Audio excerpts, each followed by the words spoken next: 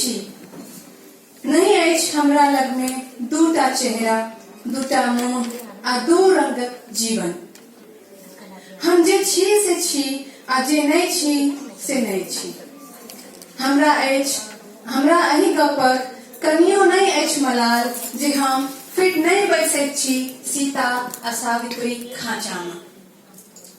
हमरा लेल एते बहुत अछि जे अपन सब खूबी आ कमजोरी संग हम छी एकटा सुच्चा मनुख, जेकरा सँ हम प्रेम करै छी, पकड़ि सकै छी ओकर हाथ चौराहा पर। आ देह आ मोन कोन बड़का चीज छै, आ देह आ मोन कोन बड़का चीज छै, त्याग सकैत छी ओकरा लेल सब किछु। परहेज अछि हमरा एहि संसारक अनचाहल ऐश्वर्य सँ, कियाकि हम स्त्री छी। ताहिक लेल कोनो जन्म में हम नहीं बनय चाहब अहाँ सनक जे अपन वर्तमान के नहीं जी पाबै छी, जे सदिखन खंगालैत रहै छी अतीतक पृष्ठ आ पराजित भ प्रतिभा सँ पहुँच जाइ छी अहाँ स्त्री के चरित्र तक, ओकर स्वाभिमान के तार तार करबाक लेल।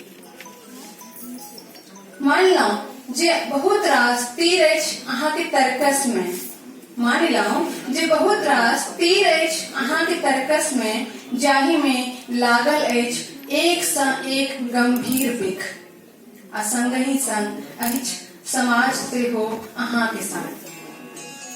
अहाँ में ओ अथाह शक्ति अछि, अहाँ में ओ अथाह शक्ति अछि जे अहाँ मरवा सकैत छी पाथर हमरा, आ चुम्बा सकैत छी दीवार में। मुदा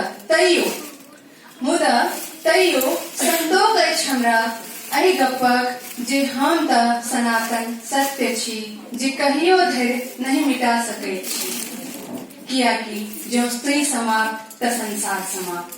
आ संगहि नकारैत छी हम झूठ सँ भरल अहाँक सत्ता के। बुझलियै, हम स्त्री छी जेकरा बिनु सून अछि अहाँ सनक पुरुषक संपूर्ण जीवन। धन्यवाद।